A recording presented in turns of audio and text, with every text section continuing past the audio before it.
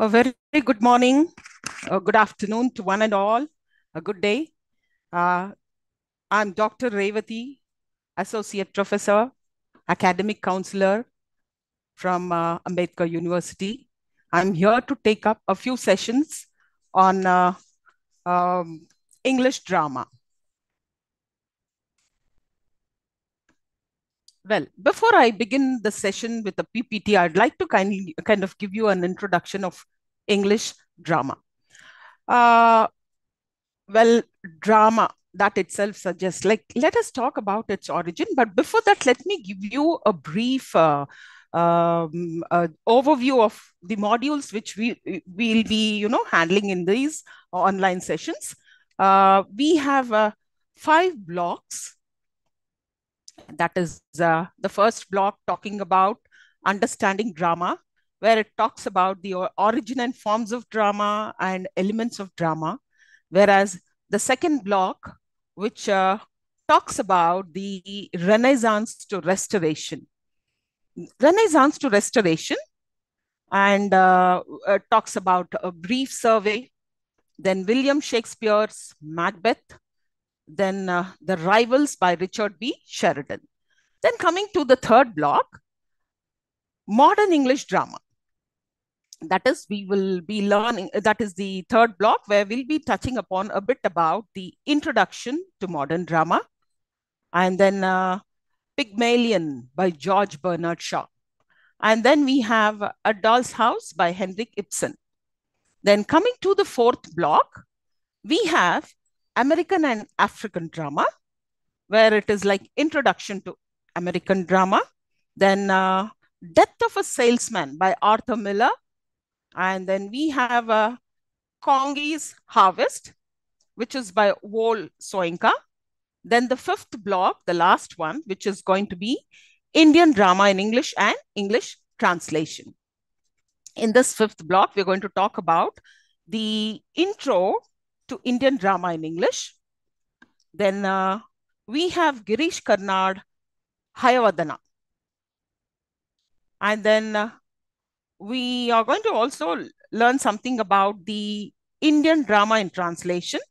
Then One Day in Ashada by Mohan Rakesh. So this is an overview of all the blocks which we're going to do on these online sessions. So to start with, we're going to talk about the drama, its history, its origin, its form, elements, and forms, different types of drama in this session. So before I start, let me just share a screen with you.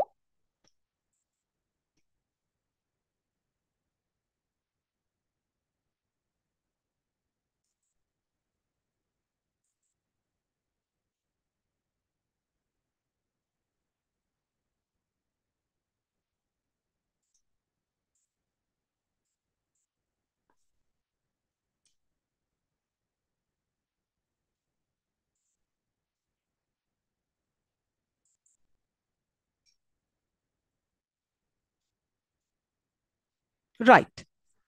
Introduction to drama. So,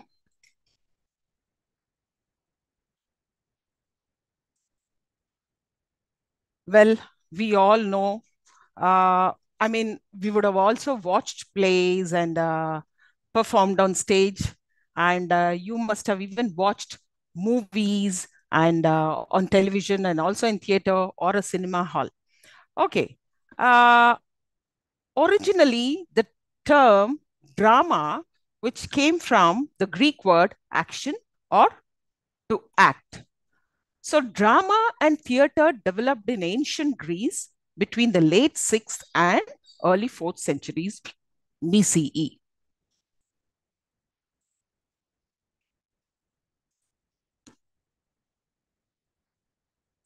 Right. Its influence was so profound that theater is widely enjoyed to this day. So, some of the earliest tragedies and comedies were written by the gifted intellectuals, artists, and politicians living in the great city of Athens. The origins of Greek comedy and tragedy can be traced to the elaborate Greek worship rituals that were enacted in the name of Dionysus, god of fertility and wine. Over time, these dramatic ceremonies began to include other gods and human heroes. So, 5th century master playwrights Sophocles, Euripides, and Aeschylus produced tragedies that focused on humanity's struggle with good and evil. In contrast, Aristophanes, also from the 5th century, wrote comedies full of satire and absurdity. And well, it actually started in ancient Greece, dating back to 543 BC. And then, well, it actually started as in choral performances of dancing and singing, honoring the Greek god Dionysus, the god of wine. Now, the Greeks held their dramas in outdoor theaters called the amphitheater, the largest seating theater at Delphi.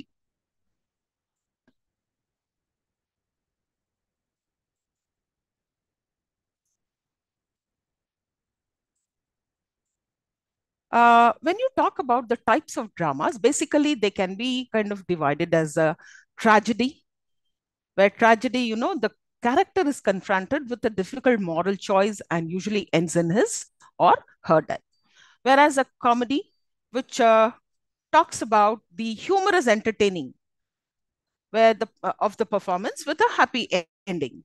Well, so in Greek drama, the actors all wore masks to help the audience recognize the character they were playing. Now, this is actually the picture of the theater of Dionysus.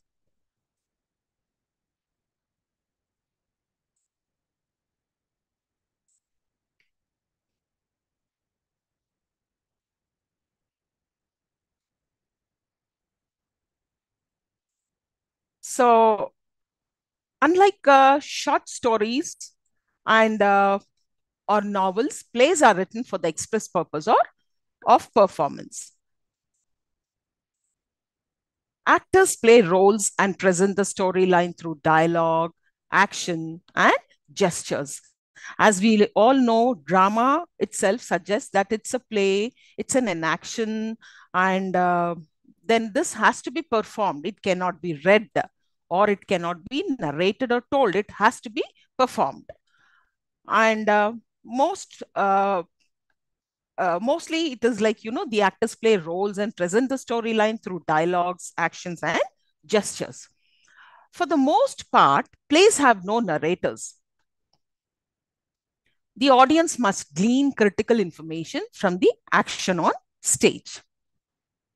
Unlike novels or short stories, plays have special features.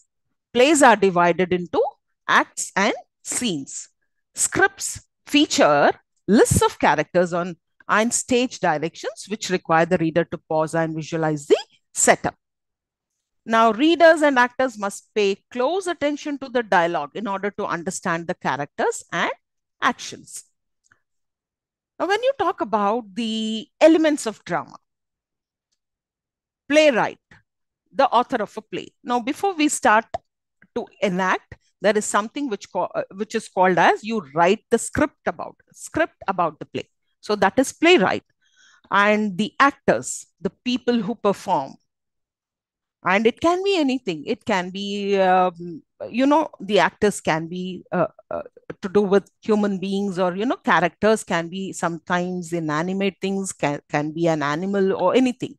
Acts, the units of action. Scenes, parts of the act. Now, dialogue is again another important aspect of drama. So here, dialogue, which is a conversation between or among characters, and dialogue where two people converse, and a conversation where it involves two people, whereas there is something called monologue, long speech by one single character, or it could be private thoughts. And then in this, we also, when you talk about monologue, it can be, I mean, it's little difficult to differentiate between a monologue and a soliloquy. But monologue is something where you kind of speak to some anonymous person where you may not be able to see the listener. But we assume that the person is talking to somebody who's not very obvious but the speech is meant for some second person who's listening to it, whereas soliloquy is nothing but his internal thoughts which he tries to speak it out. Then conflict is again a major aspect of this drama. The internal, or the it can be an internal conflict or an external struggle between opposing forces, ideas, or interests that create dramatic tension. So conflict is the most important aspect of this, one of the most important element of drama. Then we have stage directions, uh, which describes the scenery and how characters speak, and so on. Now, the theater is the place where a play takes place.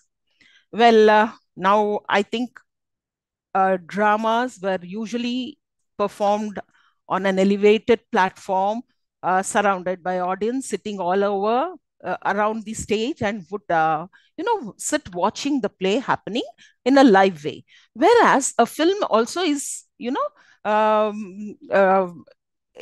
mean, we get to see movies also in theaters. That is a recorded version of the drama.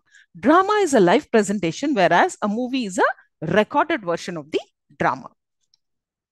Well, set.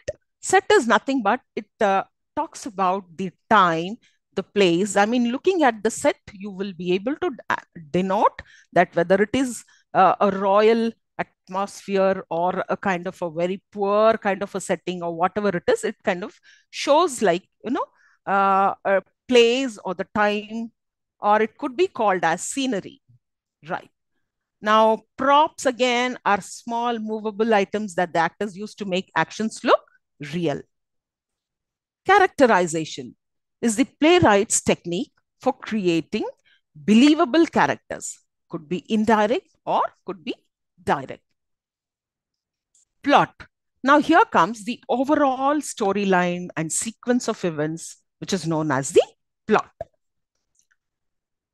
Elements of plot. Now, if you look at the play or a movie, there is something called uh, plot. Plot is nothing but an overview of the development of the story. Like we have exposition.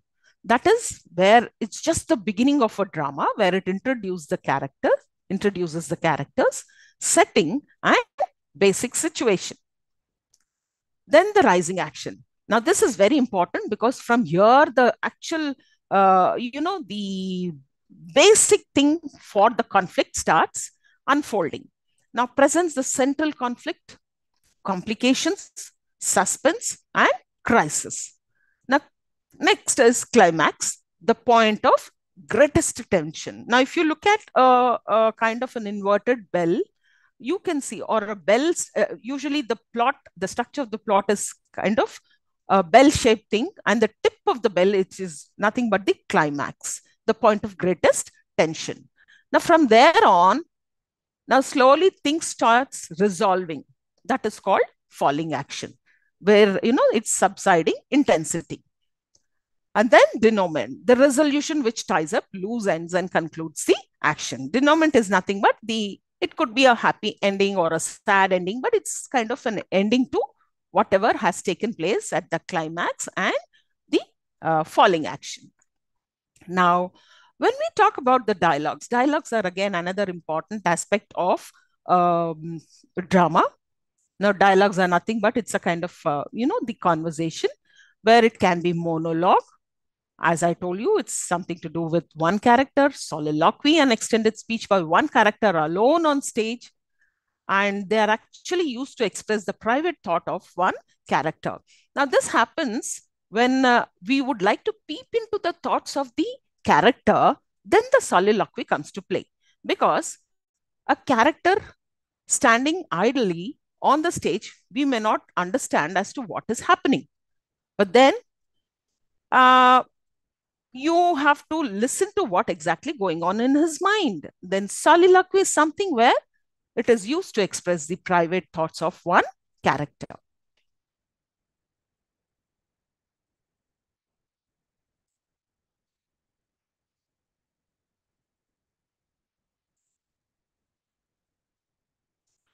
Next, then now monologues, Soliloquies and asides are dramatic techniques that provide direct insight into motives, attitudes, and overall tone. These techniques function like a fictional narrator.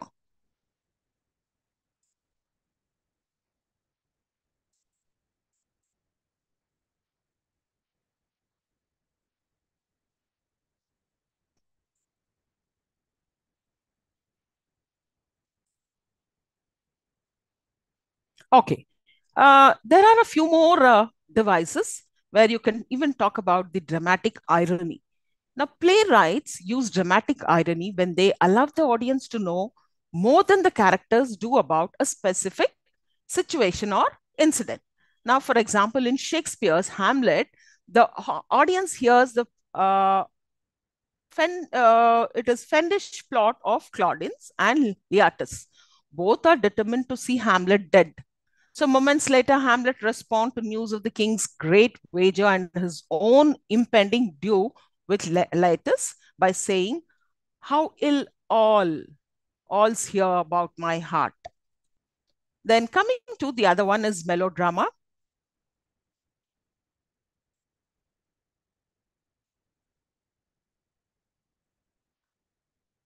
Melodrama, this is 19th century view of drama appeals to the emotions based on stark characters who are either villainous or virtuous. These sensational plays have happy endings. Like many contemporary television shows, melodramas feature static characters who deal with the world but fail to experience real growth, development, or insight.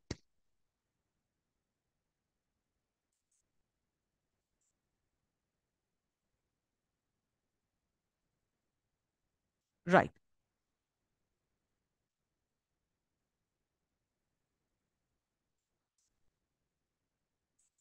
Realism. So, realistic drama deals frankly with social issues and contemporary life. Instead of focusing on the lives of kings or great heroes, these dramas present a look at ordinary people and everyday problems. Naturalism again. This is again like realism. Naturalism developed in response to the sentimental and sensational melodramas that were popular in the 19th century. Using realistic plots, naturalism explores the forces that influence the human condition.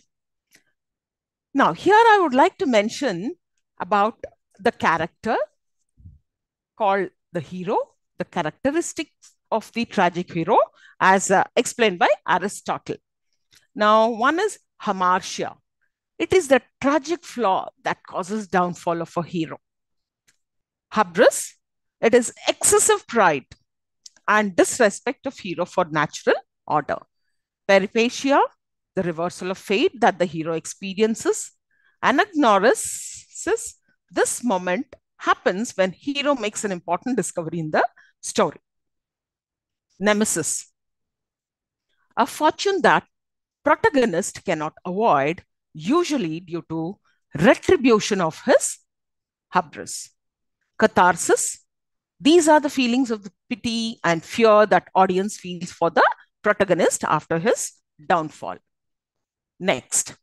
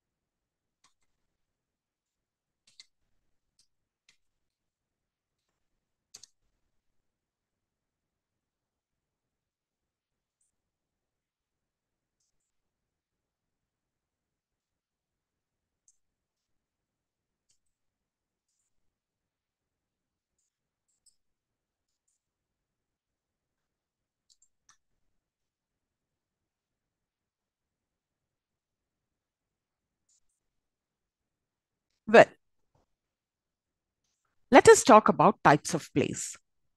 These are just a few of the types of plays. Published play often includes one of these words on the cover as a clue to the reader about the contents of the book. Tragedy, comedy, drama, melodrama, farce, satire.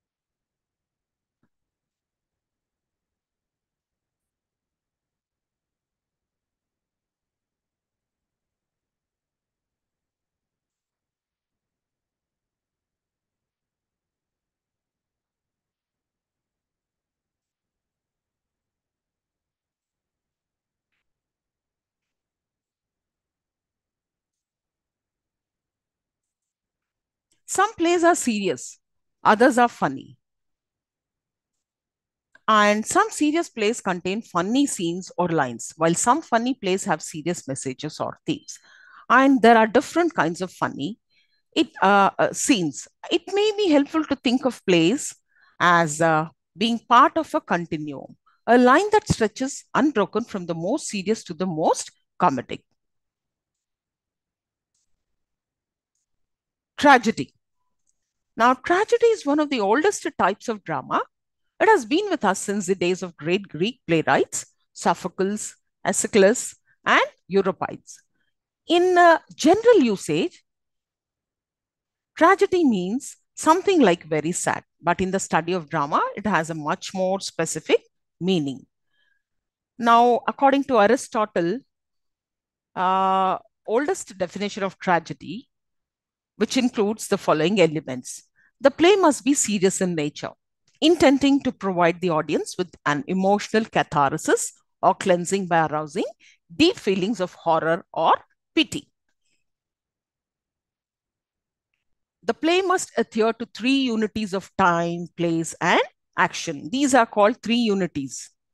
That is, the story of the play must take no longer than one day. It must take place in only one location, and it must not be interrupted or diluted by subplots. The play must feature a tragic hero, a protagonist, a person of exalted state, and who is essentially a good man but has a tragic flaw in his character, such as excessive pride. Fate or destiny brings the tragic hero to a crisis point where he is forced to choose between two courses of action, neither of which is obvious better than the other. The hero is destroyed by his choice.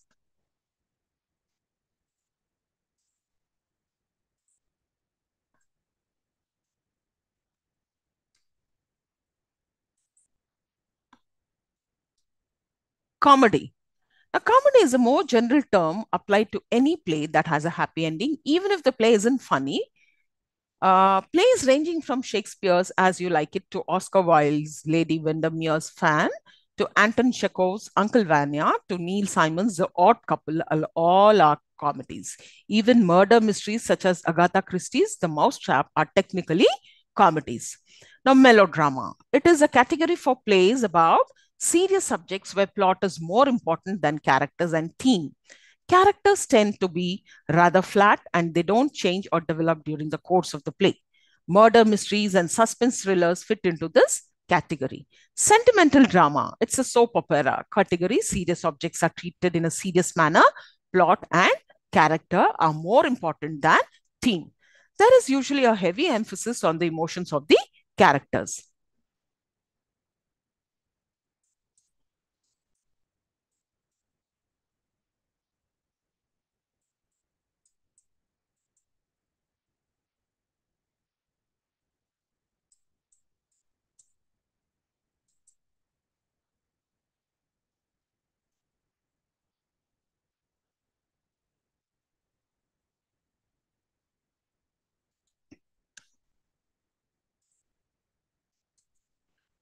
Now, coming to the sentimental comedy. Sentimental comedy is the sitcom or situational comedy category. Subjects are usually lighter and are treated with humor. Major emphasis is on plot and character. Neil Simon's Barefoot in the Park fits in this category. Now, coming to farce.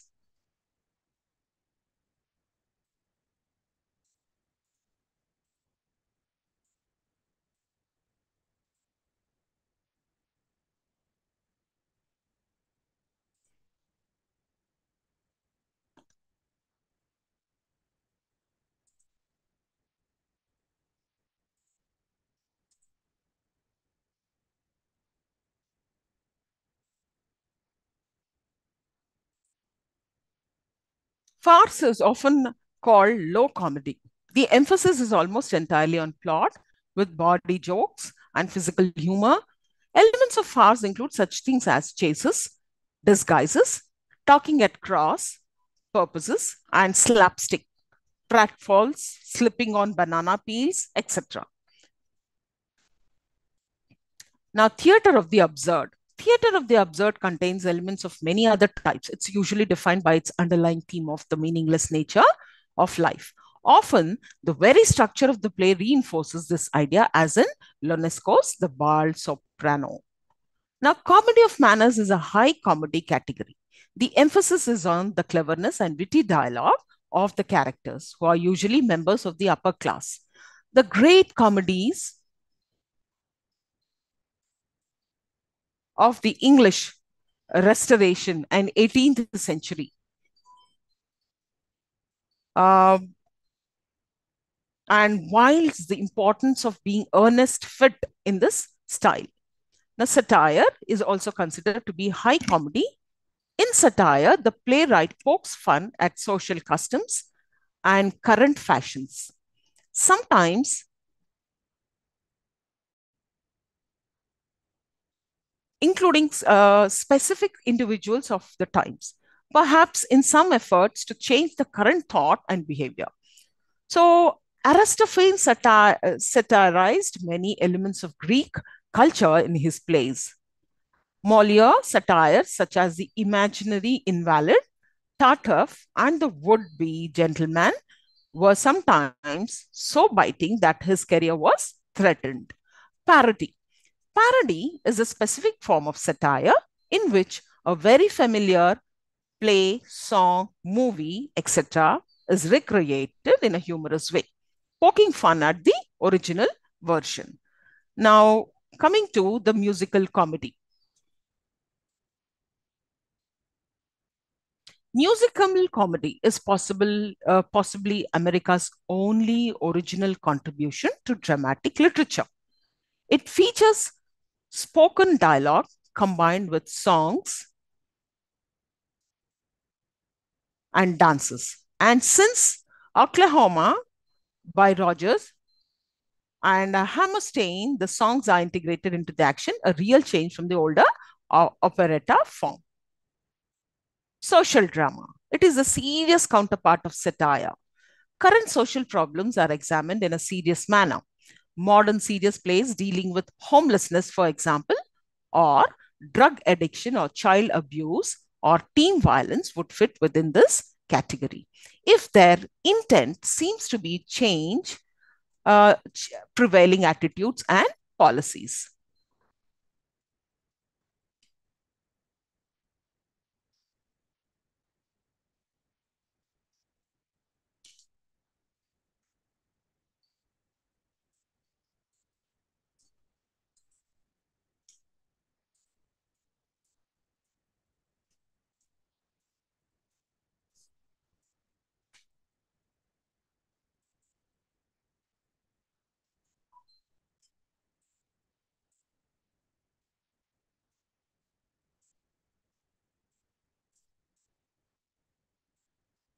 Right. So with this, uh, it is all about the drama. We have touched upon origin of drama, forms of drama, and then drama as a literary genre, And then we have um, elements of drama, where we could look into all the elements pertaining to drama, and then also about the three unities, also the structure of plays. Now, when we talk about structure of plays, usually we have one act play, which are a short drama that consists of only one act. And it's a separate literary form by itself, which deals with a single dominant situation and aims at producing a single effect. As the play is short, the action has to take place within a short period of time. Now, when we talk about the five act plays, the Green philosopher, as I told you, the Aristotle in Poetics put forth the idea that drama should follow a three-part view of plot structure, that is, a beginning, middle, and end. It was the Roman drama critic Horace who advocated a five-act structure in Ars Poetica. Now, drama is divided into five parts, which are referred to as the dramatic arc, which I've already discussed in our slides. That is exposition, rising action, climax, falling action, and denouement. Then now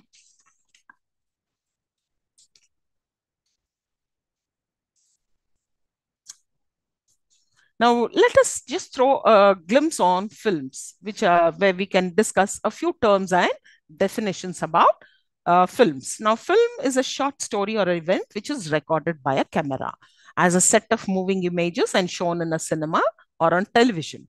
Now, film also called movie or motion picture. It's a visual art. It is considered to be an important art form. Now, coming to the storyboard. What is the storyboard? It's a visual outline of a film or animation. It's an important part of the pre-production process and consists of a series of images that show everything that's going to happen in the finished piece. The storyboarding process in the form it is known today was developed at Walt Disney Productions during the early 1930s after several years of similar processes being in use at Walt Disney and other animation studios. Then the other term which we usually come across in these terms of film, that is camera. It's again an optical instrument to capture still images or to record moving images which are stored in a physical medium. Then coming to a retake, which is a single continuous recorded performance. And a term is used in film and music to denote the stages of production. Now, a single take or a one take occurs when the entire scene is shot satisfactorily the first time, whether by necessity or by luck. Now, coming to long shot, which is mentioned as referred to as a full shot or a wide shot.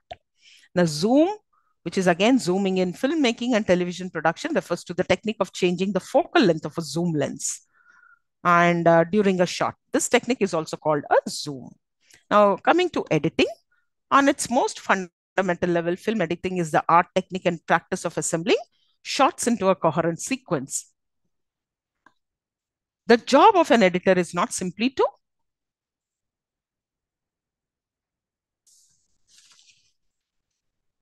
the to mechanically put pieces of a film together, cut off film slates, or edit dialogue scenes.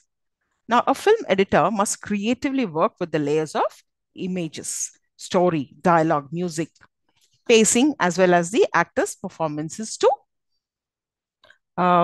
effectively reimagine and even rewrite the film to be able to skillfully create a cohesive whole.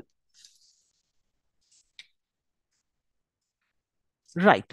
So with this, we conclude our first module, which was the historical background of drama and forms of drama and elements of drama. So drama basically is a literary genre where it has to be performed. And for this performance, there are various things which are involved in it, from the playwright to the characters to the dialogues, props, setting, and so many other things which make elements of it.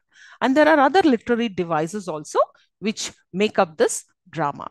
So, drama basically was actually started as an entertaining medium for the people in Greece. Well, Roman dramas haven't gained much popular because they basically had something as a political background where it was quite chaotic, and people did not accept most of these Roman plays as much as the Greek plays. So, with this, we end the class today. Let us meet in the next Sunday for the second module. Thank you very much.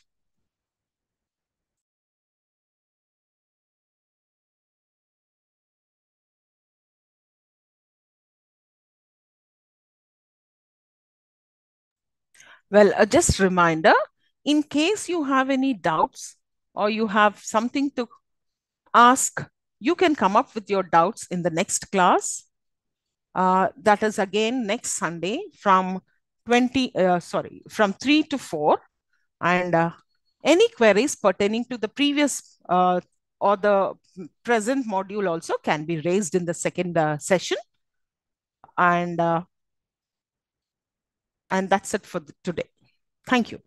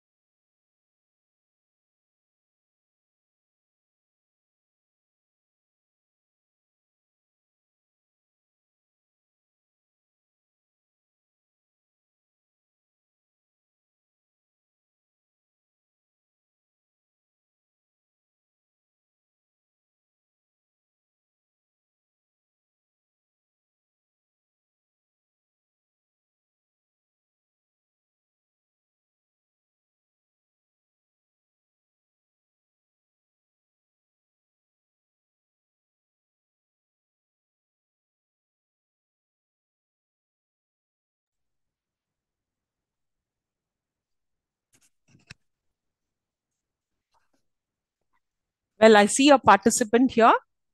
Well, if you have any doubts, you can, I think, yeah, we've Hello, just, good afternoon, ma'am. yeah, good afternoon. Yeah, ma'am, I was actually late for the class, but I have been seeing no one is there here. Is the class Exactly. there? Yeah. We started around sharp 3 o'clock, ma'am. Yeah, But then, may I know your name? my name is Mujibinisa Farhana. I'm from Huh. third year. Okay, fine. So we started around 3 o'clock. I think they have recorded the session.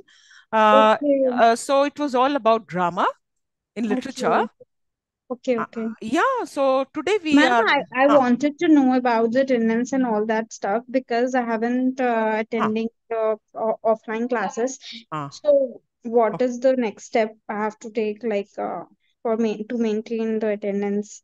okay. I think I'm just an academic counselor here, ma.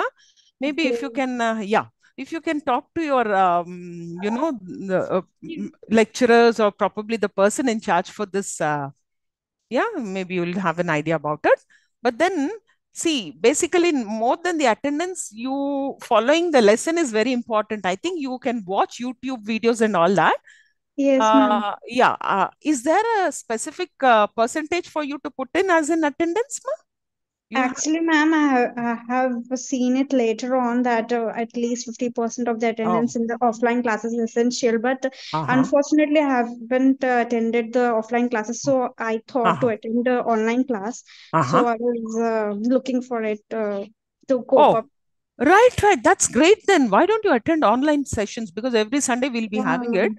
And I'm sure 3 to 4 would be But very convenient. Huh. I noticed no one is taking the attendance, and what is the scene Okay, about that? you mean to say online? Online? Yeah, yeah, online Yeah. attendance. Online, I do not know, but about the attendance, I think it is recorded and the sessions are for the convenience of the students to Okay. watch uh, later on at their convenient time if they haven't attended the classes. That is So what there is is I nothing want to as say. such, no, ma'am. Like it's not a criteria.